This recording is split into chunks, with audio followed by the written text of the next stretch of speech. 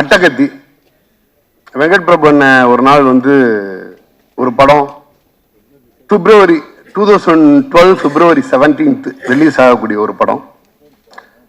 பிப்ரவரி ஒரு 10 தேதி ஒரு 5ஆம் தேதி 6ஆம் தேதி வாக்கில் இந்த படத்தை வந்து பாருங்கன்னு ஸ்டுடியோரியனில் இருக்கும் பொழுது சொல்லியிருக்காரு.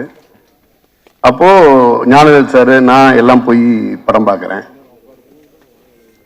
இன்னைக்கு வந்து உலகம் பூரா நண்பர் ரஞ்சித்துக்கு அவ்வளோ ரசிகர்கள் இருக்காங்க.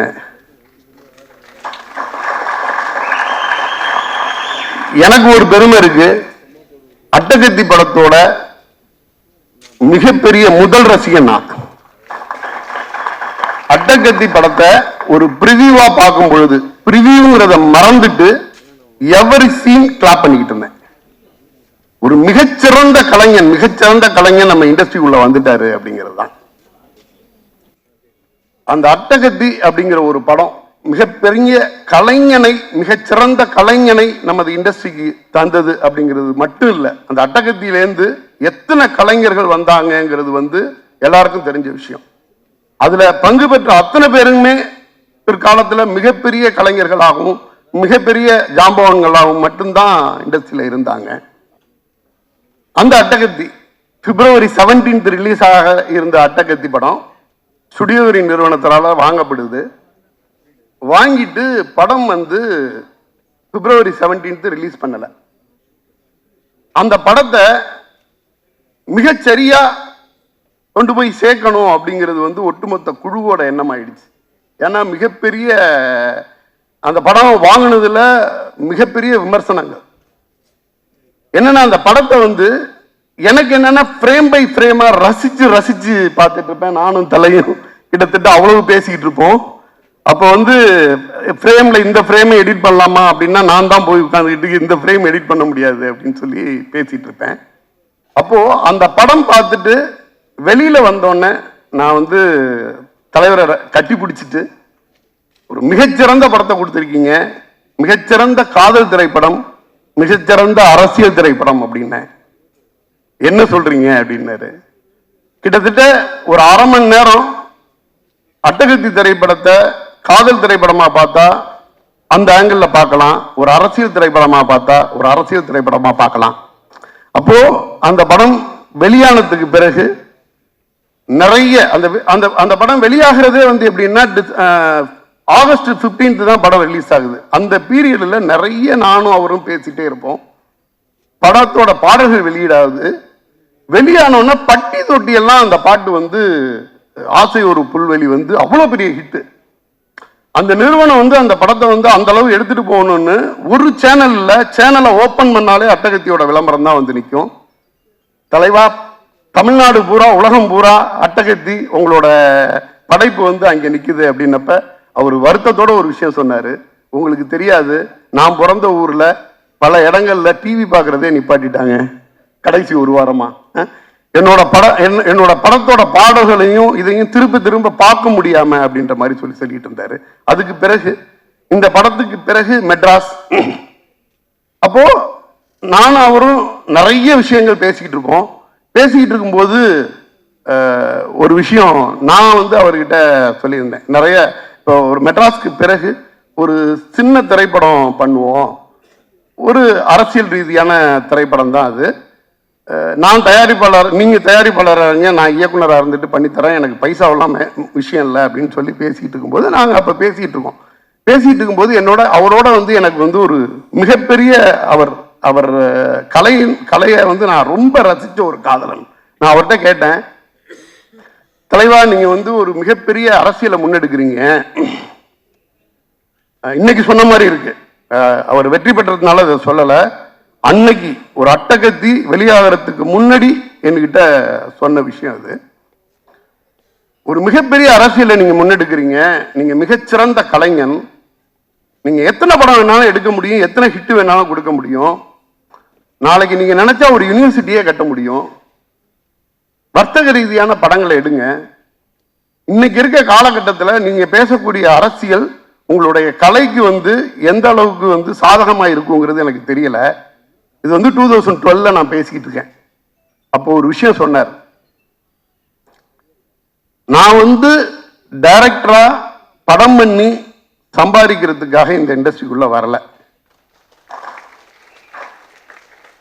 நான் படம் பண்ணேன்னா என் மக்களுக்கான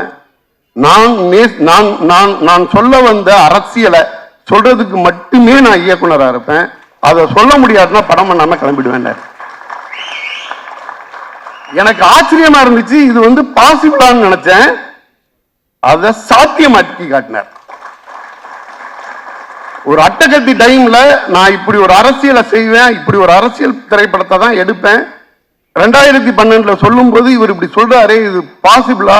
ஒரு மிகச்சிறந்த கலைஞன், என்ன மாதிரியான எதிர்பார்ப்பு மக்கள்கிட்ட இருக்கும், இவர் எப்படி அதை வந்து நிரூபிக்க போறாருன்னு நினைச்சேன். 3வது படத்துல வந்து சூப்பர் ஸ்டாரை வச்சு கேட்கினார். அவரோட உயரம் வந்து அது கிடையாது. நான் அதை விட அவர் ஆச்சரியமா பார்க்கிறது, தான் சொல்ல வந்த அரசியலை தான் சொல்றதோட நிப்பாட்டாம அதுக்கு ஒரு மிகப்பெரிய களத்தை அமைக்கிறார் நீலம்னு. எத்தனை எத்தனை கலைஞர்களை வந்து இவர் உருவாக்குறார். நான் வியந்து பார்த்த கலைஞன் நண்பர் ரஞ்சித். மிகச்சிறப்பா, மிகப்பெரிய ஜனநாயகவாதி. எதை பத்தி வேணாலும் பேசலாம், எவ்வளவு நேரம் வேணாலும் பேசலாம். ஒரு நாள்லாம் வந்து இரவு 10:30 மணிக்கு உட்கார்ந்து விடிய காலம் 3 மணி வரைக்கும் அவரோட அலுவலகத்தில் டிஸ்கஸ் பண்ணியிருக்கோம். மிகப்பெரிய ஜனநாயகவாதி. இவர் வந்து ஏதோ ஜெயிச்சுட்டு நான் இந்த அரசியலை பேசுவேன், இப்படிதான் படம் பண்ணுவேன் அப்படின்னு சொல்லலைங்க.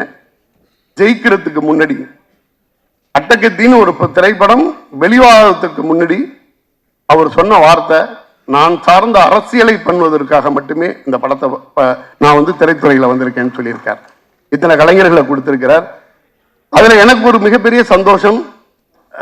இப்போ ப்ளூ ஸ்டார் படத்துல வந்து இதோட இந்திய விநியோக உரிமையை வந்து நான் பெற்றிருக்கேன்.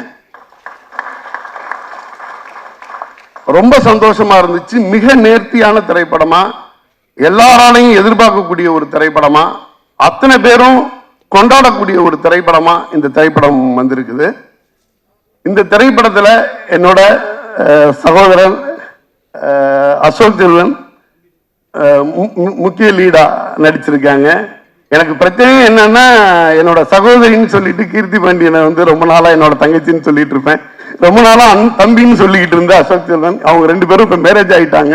நிறைய நேரத்தில் அவங்களை என்ன மாதிரி பேசுறதுன்னு எனக்கு தெரியாது. போன்ல பேசினா கூட இந்த பக்கம் தங்கச்சி, அந்த பக்கம் தம்பி அப்படின்னு என்னால பேசுறதுக்கு சிரமமா இருக்கு.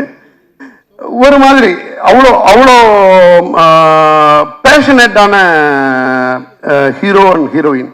சமீபத்தில் கண்ணகின்னு ஒரு திரைப்படம் ஒத்தையாளா அவங்க கீர்த்தி பாண்டியன் வந்து அந்த படத்தை எடுத்து கொண்டாடணும்னு நினைச்சாங்க. சொல்லிக்கிட்டு இருக்கும்போதே ப்ளூ ஸ்டார்னு ஒரு படம்னா, அப்படி ஒரு படம்னா, அவ்வளோ ரசிச்சு எடுத்திருக்காங்க, ரசிச்சு பண்ணியிருக்கேன் அப்படின்னு சொல்லி படத்தை பத்தி அவ்வளவு பேசிட்டு இருப்பாங்க. தம்பி அசோக் செல்வன் அவரோட 2 படங்கள் முன்னாடி வெளியிட்டு இருக்கேன். முதல் படம் ஓமை கடவுளே, 2வது படம் போர்த்தொழில், 3வது படம் ப்ளூ ஸ்டார் ஹாட்ரிக். நாங்க 2 பேருமே ஹாட்ரிக் சக்சஸ்க்காக வெயிட் பண்றோம். சாந்தனு பிரதர், பிருத்திவிராஜ் பிரதர் எல்லாருமே இந்த படத்துல இருக்காங்க. அருண் பிரதர் எல்லாம் டீமாவே நம்ம அட்டகத்தி டைம்ல எல்லாம் நம்ம ஆர்ட் டைரக்டர் ராமலிங்கம் பிரதரோட அவ்வளவு பேசிட்டு இருப்போம். ஒரு மாதிரி ஒரு குழுவா பார்க்கவே ரொம்ப சந்தோஷமா இருக்கு. இதை விட ஒரு பாசிட்டிவான படம் வராது. நிச்சயமா மிகப்பெரிய வெற்றி அடையும். இந்த திரைப்படத்தை இந்தியா முழுவதும் எந்த அளவு மிக சரியா கொண்டு போய் சேர்க்க முடியுமோ எனது நிறுவனம் செய்யும். நன்றி. ஒரு 12 ஹேட்ரிக் சக்சஸுக்கான முன்னுரையும் வழங்கிய அண்ணன் சக்திவேலன் அவர்களுக்கு நன்றி.